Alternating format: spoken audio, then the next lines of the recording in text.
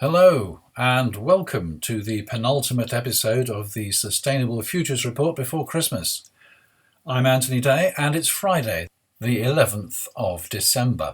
This week, I'm talking to Harald Overholm, CEO of Alight Energy of Stockholm, about coupling renewable energy with power purchase agreements.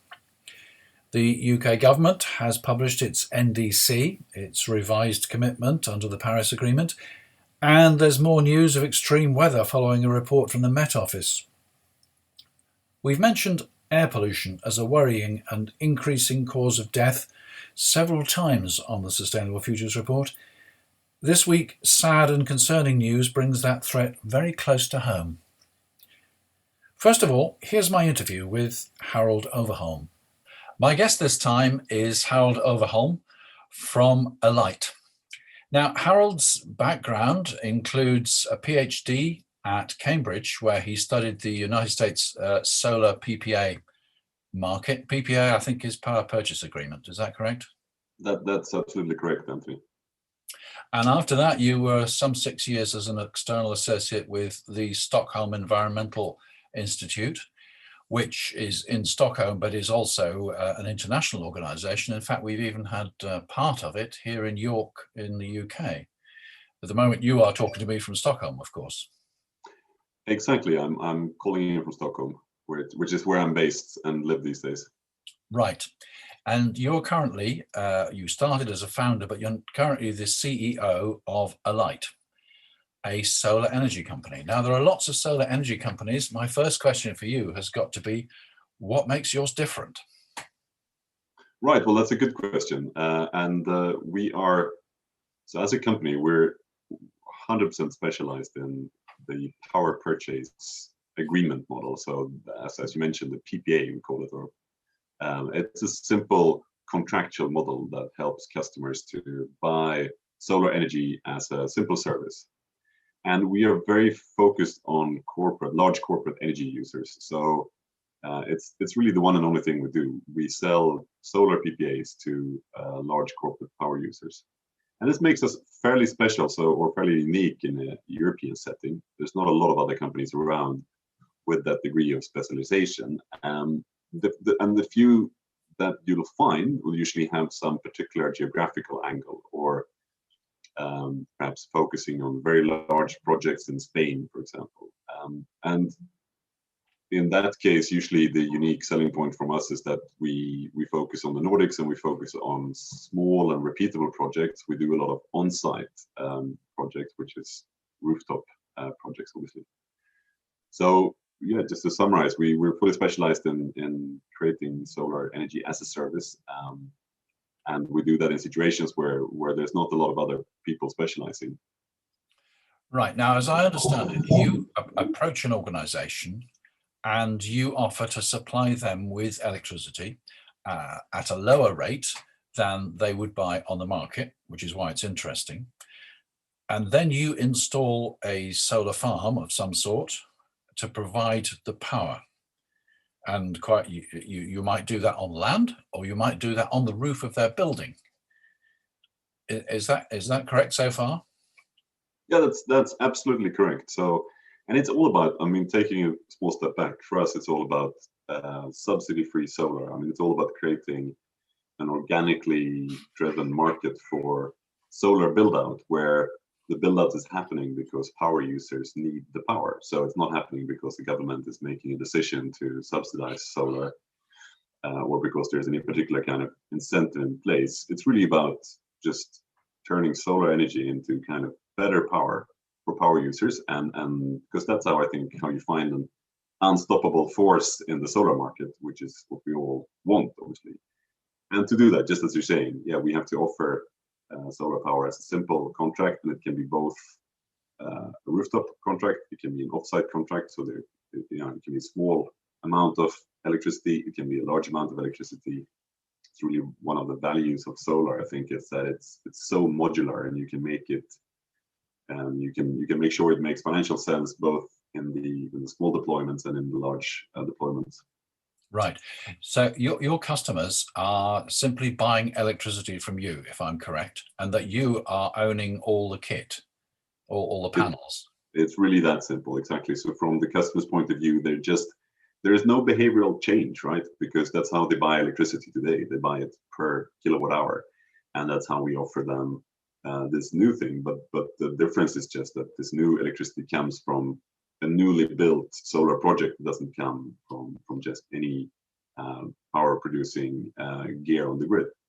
But from the customer's point of view, it's just as simple. So just buy power per kilowatt hour, and it's up. We have to orchestrate then the whole delivery of that, including, as you were saying, making sure that we have the finance to own those assets and to build them and to just make that whole thing come together.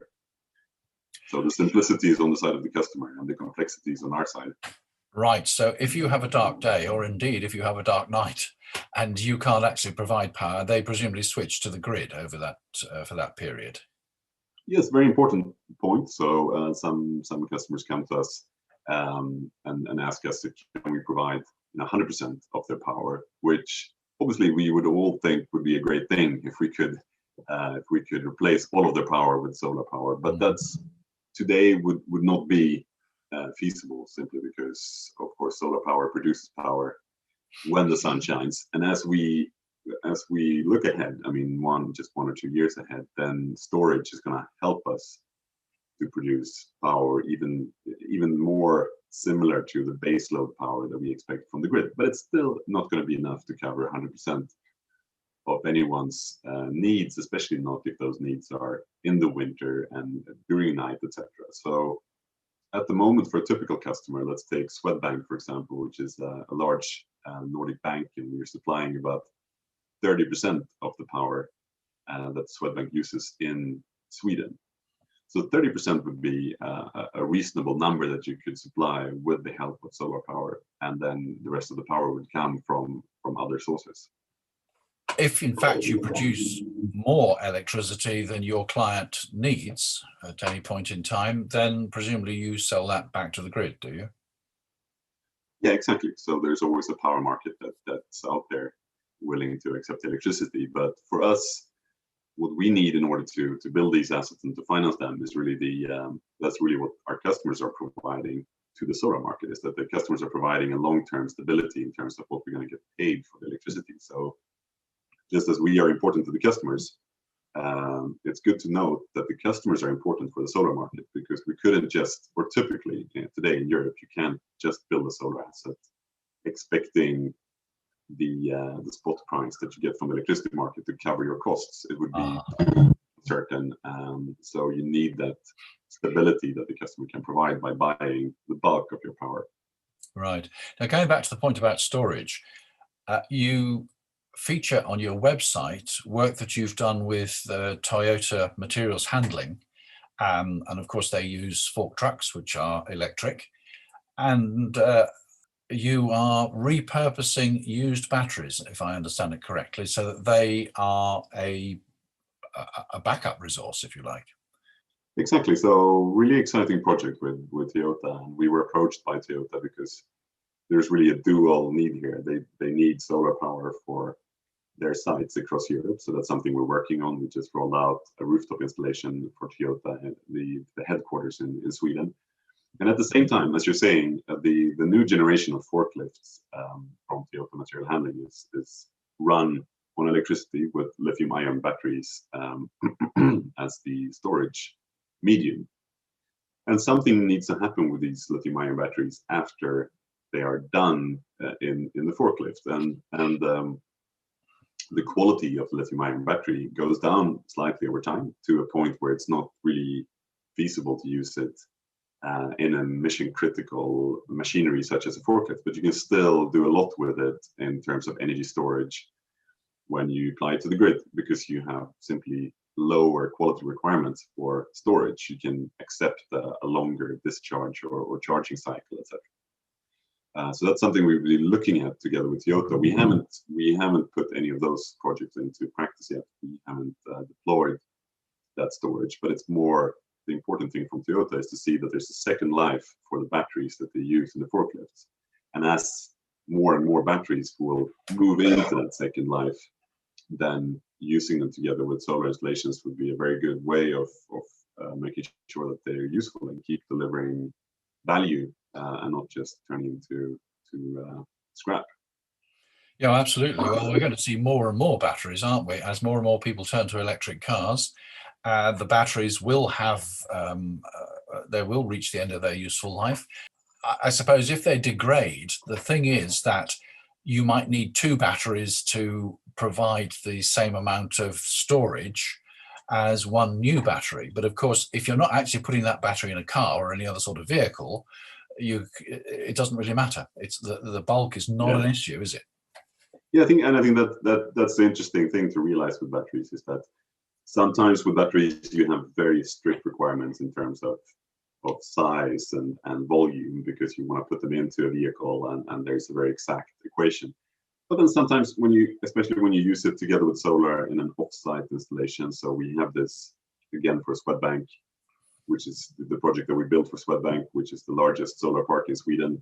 It's out there on a field, and it's a huge field. I mean, and there's all kinds of space left where it would be easy to put storage, and the volume wouldn't be the critical aspect of that. We could easily accept two batteries doing the work of one if that meant a better cost equation or just more sustainability. So really, I think it's a encouraging aspect of battery deployment is that there's all these different kind of use cases where we, as the solar industry, can provide a fairly tolerant use case at the tail end of the lives of these batteries. Right. Well, you're speaking to me from Sweden, but you operate across Europe, I believe. You have clients outside Sweden. We do, and we haven't communicated any finished project in Europe yet, and that's because we got going on the European expansion just 1.5 years ago. So really the background was in Sweden, and we kind of cut our teeth in doing subsidy-free solar rooftops in Sweden at the point where there was almost no rooftop solar being done on a subsidy-free basis anywhere in Europe. So we're somewhat proud of the fact that we could be in the northernmost country in Europe and make that work financially, even in 2015 when we did our first project. But now as the market in Europe has been, the market for subsidy-free solar, for PPA-backed solar is growing very rapidly across Europe and catching up with the US market, then we've been very keen to move across Europe. So we have people now in Spain and in Warsaw in Poland, and we're talking to clients across Europe. A lot of our clients being large power users, they're also large companies or multinational companies. So one conversation with the company might lead us to projects across a number of different countries in Europe, simply because the customers, such as Toyota, will have sites across Europe. It's very interesting you say you're doing this without subsidy, because it's only relatively recently that it's been possible to do this sort of thing. But that's really, I think, because the price of solar panels has crashed, hasn't it? So the price of what we call the LCOE, or the levelized cost of electricity, which is kind of the all-inclusive power price for solar, when you bake in all the costs and you get a cost per kilowatt hour across the lifespan of solar. Now that price has been coming down for at least 10% per year for a very long time now. And of course, given the mathematical laws of exponentiality, etc., when you look at the curve, it looks as though it's flattening out, but really it's just it's still coming down about 10% every year. And there are logical reasons for it. So there's nothing strange happening. It's just simply a question of the learning curve, as it were, playing out, and people becoming more efficient across this ecosystem. And that means that since about 2 years, there is what we call grid parity or socket parity across very large parts of the EU. So we can produce electricity at a lower cost than the alternative from the grid, and with the additional values of being something green and very tangible, and being price locked, as if you like. So it's not volatile. When we contract with the customer, they'll know predictably that they have the same price for a long time. So yeah, it really, I mean, if you want to do subsidy-free solar, you have to take a step back and reflect upon what value are you creating for end customers that will make them want this. And I think that's what happened. We've come to a point where power from new solar is really better power than the power that you can buy from the grid. Yeah, the other interesting thing you mentioned is, of course, that you are in Sweden, in Northern Europe, and yet you can actually produce viable solar electricity. I suppose you have to angle the panels at a particular way because of the angle of the sun, but does it not drop off quite a lot in the winter?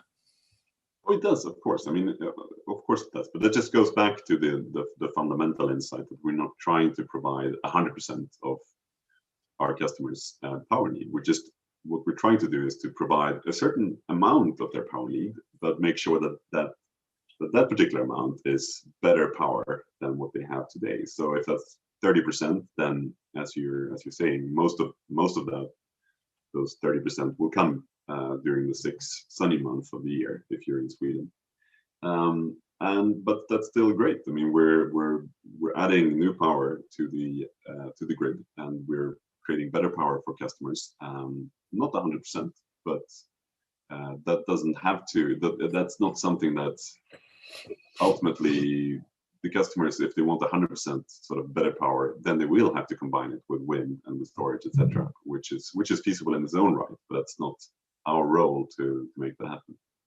Right. Well, looking at the broad picture, then of course, in the long term, the world needs to go to carbon-free electricity. So presumably that will be a combination of solar and wind and storage, and also insulation and efficiencies. Exactly. And I mean, I think that's the whole point, right? So, and we as a team, we're purpose driven throughout. I think most of us have come to this market and this company because it's something we really believe in. And as you're saying, it will not be the response to climate change will not be one single technology. It will be a mix of them, and we have to just make sure that we're very good at providing our part of that mix, and seeing the role that part plays in the whole. Well, finally, what's your view of the future? How fast are we going to get to carbon-free electricity? Do you see any challenges on the way? I've been in this field for 15 years, and I think it's been every year the general market has underestimated the pace of growth of solar and storage, and that seems to still be the case. So that just helps me believe that we will reach a very high degree of solar penetration and wind penetration much quicker than we thought. But of course, what stands between us and that happening is just hard work and entrepreneurship and building companies, which is of course what we're doing. So it's not going to come by itself, but certainly I think the potential is there for the deployment to be much more rapid than anyone has thought. Harald, thank you very much for taking the time to talk today to the Sustainable Futures Report. Thank you, Anthony. It's been a pleasure. Harald Overholm, CEO of Alight Energy. Find out more at alight-energy.com, alight-energy.com. As promised, the government has published its revised NDC, its nationally determined contribution, its target for achieving net zero emissions by 2050 under the Paris Agreement.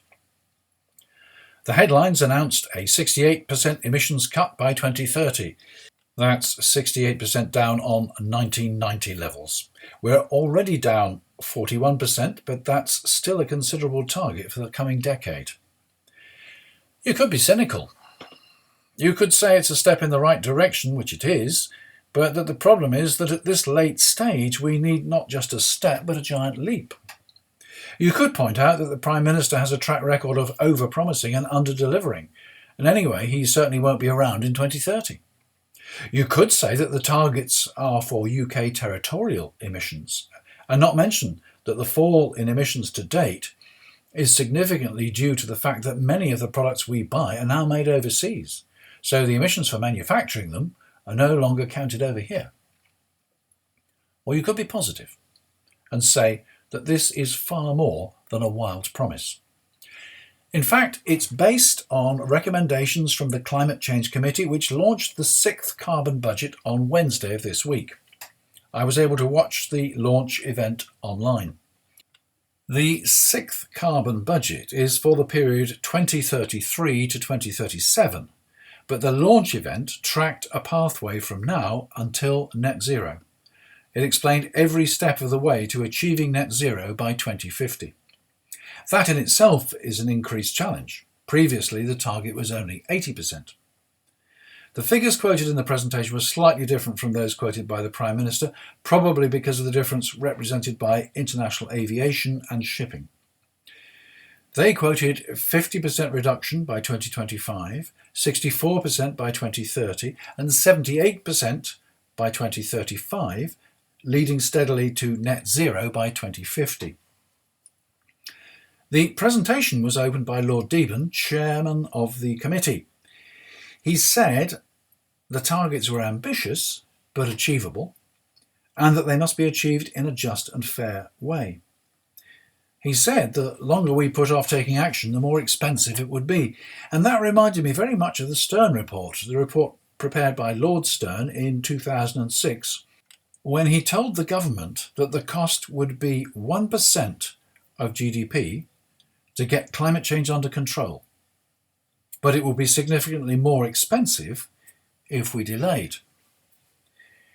At the launch event, they presented an economic analysis, and initially it was believed that even having waited this long, we could still achieve our targets at a cost of only 1% of GDP. Then the presenters said that further research showed that in fact this could be done for no more than half of 1% of GDP, and that over time the investment involved would pay for itself. The investment needed would amount to some £50 billion per annum from now on. A lot of money, but put that in the context of the £400 billion normally invested in the UK economy each year. That's an increase of about 12.5%. And most of this is expected to come from the private sector. Quite apart from stopping climate change, it's expected to pay for itself, to create jobs and accelerate the post-COVID economic recovery. Early investment is important because the sooner that it is undertaken, the sooner it can take effect. The sooner it takes effect, the lower the cumulative emissions in the atmosphere. What will all this investment be spent on? Technology, but technology alone is not enough. Technology must be allied with behavioural change to achieve results. Some of the investment will be relatively high-tech, like an expansion of electrification involving both an upgrade to the transmission systems and expansion of renewables generation. Some of the investment will be relatively low-tech, like carbon capture and storage through rewilding and planting forests. Individual UK citizens currently have a carbon footprint slightly above the global average of just over 8 tonnes per annum. The plan is to cut this in half by 2035. Electrifying the transport fleet will go some way towards the reduction. Much of the cut will be achieved by retrofitting the nation's housing stock with insulation to achieve greater comfort at lower energy cost. Projects like these will generate hundreds of thousands of jobs, and by 2035, 14 million homes will be insulated each year. From 2025, it will not be permitted to install natural gas boilers unless they are suitable for conversion to hydrogen and are installed in an area scheduled to receive hydrogen supplies. Eventually, all homes not using hydrogen will be using electric heat pumps for central heating.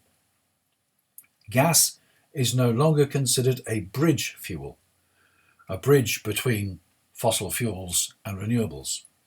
By 2035, it will no longer be used in the UK to generate electricity. That's just 15 years. Coal power stations will close 10 years earlier. At the moment, depending on demand, gas-powered generators supply just under 50% of UK electricity. All that must be replaced by clean power in just 15 years. These are the points that I picked up from the launch presentation. Supporting papers apparently amount to 1,000 pages or so. The report is available online, link on the website, and the launch event, which was live streamed on YouTube, is available for you to replay. It's a 40-minute presentation, and I strongly recommend you watch it. While until recently the world was facing global heating of 4 to 6 degrees centigrade, it is now on track for 3 to 4 degrees centigrade, and as more and better NDCs are published by other countries in preparation for COP26 next November, the prospect of holding the increase below 2% and limiting the damage caused by climate change begins to look realistic. It's December, and there are still wildfires in California. In recent episodes of the Sustainable Futures Report, extreme weather has been up there with energy as a recurring topic. That'll probably continue.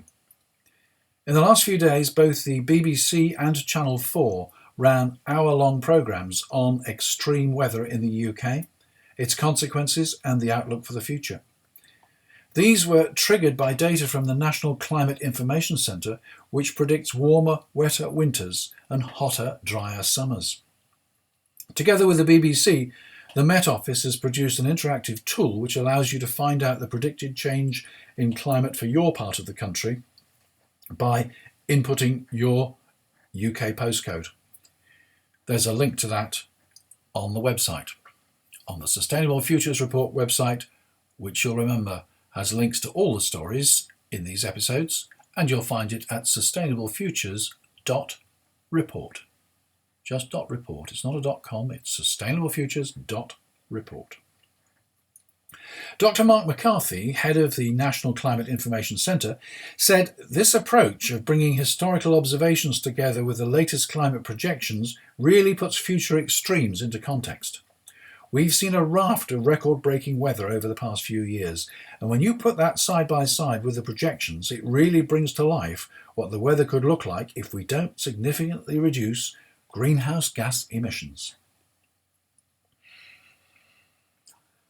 Client Earth, the legal practice, has sued the government on many occasions for failing to meet its obligations to deal with air pollution. Each time, Client Earth has won, but much remains to be done to improve the nation's air quality. Why is this a problem? It is said that poor air quality leads to 50,000 premature deaths in the UK each year. These are not people we know, and many of them have pre-existing medical conditions, so maybe they'll have lost just a year or two of life. Nothing much for us to worry about. Until now. The inquest is currently in progress into the death of Ella Kissi-Debrah, aged 9. A girl with the whole of her life before her, an active, intelligent child who loved music, singing and swimming, but a child who was admitted to hospital 28 times in her short 9 years of life, with acute asthma attacks and seizures. Almost all of these admissions took place in the winter months, when air pollution was at its highest. The coroner is being asked to rule that air pollution caused her death. The inquest is examining whether air pollution caused or contributed to Ella's death, as well as how toxic air levels were monitored, the steps taken to reduce illegal levels of air pollution, and what information was given to the public about reducing exposure. The inquest has heard that illegal levels of air pollution in the area where Ella lived and died should have been treated as a public health emergency. Her mother said that during Ella's life she knew nothing about air pollution, but if she had, she would have moved the family away. They lived in Lewisham, South London, very close to the South Circular Road. This is a busy orbital route, but it was never purpose-built as a highway. It's a succession of streets designated as the South Circular. It's no motorway, so there are frequent traffic lights and the road is choked with stop-start traffic. If the coroner finds that illegal levels of air pollution were to blame, then perhaps the government will be finally spurred into action. But what's the solution? It's rather like the controversy over the COVID lockdown. The drastic actions needed to save lives cause economic damage. It would be impossible to close down the South Circular Road. Even electrifying all the vehicles, which certainly couldn't be done overnight, wouldn't solve the problem. Vehicle pollution comes not just from the exhaust, but dangerous particulates come from brakes and tyres, and electric cars have those as well.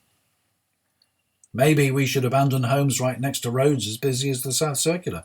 Maybe the government should pay for such homes to be fitted with air cleaning ventilation systems, although that won't reduce the risks from pollution on the walk to school. There will be many other areas where illegal levels of air pollution must be addressed. It'll cost money, but how much money are lives worth? How much money do the non-fatal but chronic conditions brought on by air pollution cost the NHS? And news just in, the Centre for Cities reports that air pollution in cities fell over the course of the first national lockdown, but now exceeds pre-pandemic levels in 80% of places studied. People suffering from the effects of air pollution are more vulnerable to COVID-19. And finally, I leave you with the news that if we ever get back to the normal where we take a taxi, it's likely to have a human driver for some time to come. At least Uber seems to think so, as it has just sold off its businesses researching into driverless cars and flying taxis. That's it for another week. I hope you are keeping safe and well and coping with the isolation we're all facing at the moment. The major problem of all this is that it's difficult to see when it will end. The horizon seems to be further away all the time. All credit to the researchers who have produced a vaccine in record time. It's grounds for hope, but it will be months, if not many months, before it brings us back to anywhere near normal. All I can hope is that you stay safe and well, and I also hope that the Sustainable Futures Report does something to relieve the boredom. There'll be another one next week, but I'm planning for that to be the last, probably until February. I'm working on a roundtable discussion on carbon markets and pricing, which may take place in January. I shall also set up online discussions for patrons to take part in next year. Oh, and if you'd like to be a patron, you can follow the link from the website to find the full details. Yes, the website, sustainablefutures.report. And of course, you'll find the full text of each episode, together with links to all the sources of my stories. So that is indeed it for this week. I'm Anthony Day. Stay safe. There'll be another Sustainable Futures Report next week.